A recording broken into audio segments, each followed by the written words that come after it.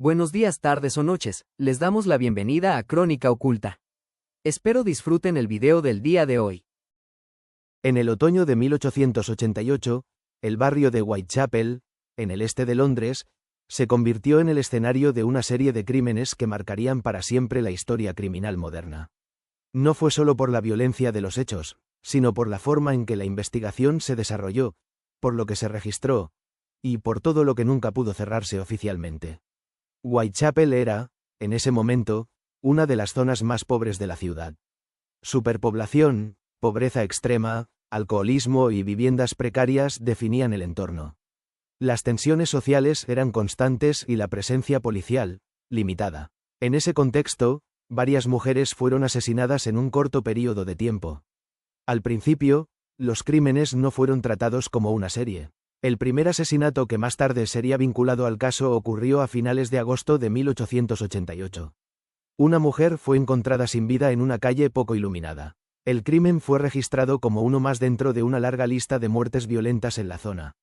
No se estableció una conexión inmediata con otros casos, pero en las semanas siguientes, nuevos asesinatos ocurrieron en circunstancias similares. Mujeres de perfil social muy parecido, lugares cercanos entre sí, horarios nocturnos, y, sobre todo, un patrón que comenzó a inquietar a los investigadores. La Policía Metropolitana empezó a considerar que no se trataba de hechos aislados. A diferencia de investigaciones modernas, la policía de finales del siglo XIX trabajaba con recursos extremadamente limitados. No existían bases de datos centralizadas, análisis forense avanzado ni métodos sistemáticos de preservación de la escena del crimen. La mayoría de las pruebas se basaban en testimonios, observación directa y deducción. Eso marcaría profundamente el caso. Con cada nuevo asesinato, la presión pública aumentaba. Los periódicos comenzaron a cubrir los hechos de manera constante. El miedo se extendió por la ciudad. La policía fue criticada por su aparente incapacidad para detener al responsable. Fue en ese contexto cuando apareció un nombre que no provenía de las autoridades, sino de la prensa. Jack el Destripador. El nombre surgió a partir de cartas enviadas a distintos medios y a la policía. En ellas, el autor afirmaba ser el responsable de los asesinatos y se burlaba abiertamente de la investigación. Algunas cartas contenían detalles que parecían conocer los hechos.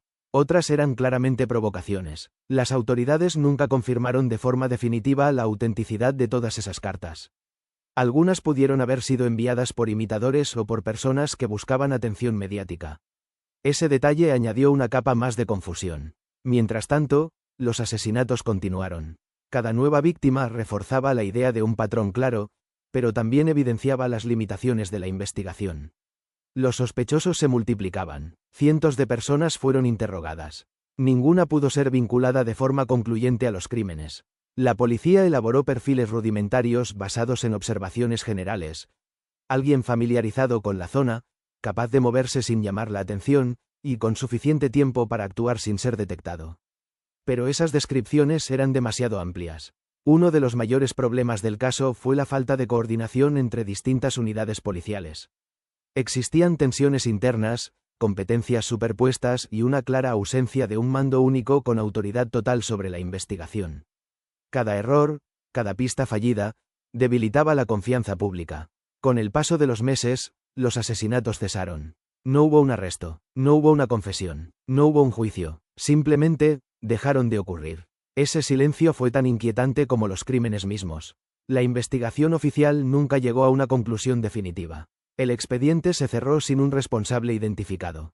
Años después, distintos investigadores revisaron el caso, señalando sospechosos potenciales basados en documentos, testimonios indirectos y análisis retrospectivos.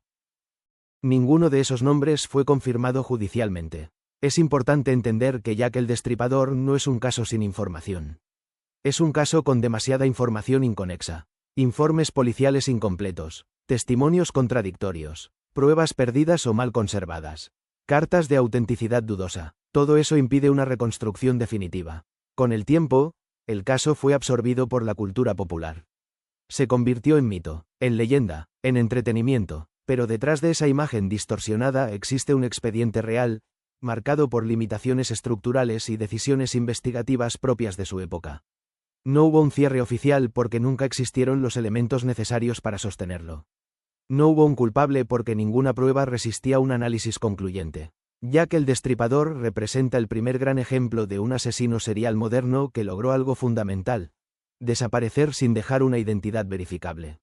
No fue atrapado, no fue juzgado, no fue identificado oficialmente. El caso permanece abierto no por misterio deliberado, sino porque el sistema de la época no estaba preparado para cerrarlo. Hoy, más de un siglo después, sigue siendo citado como el expediente más famoso sin resolución oficial. No porque falten teorías, sino porque ninguna puede sostenerse como verdad definitiva.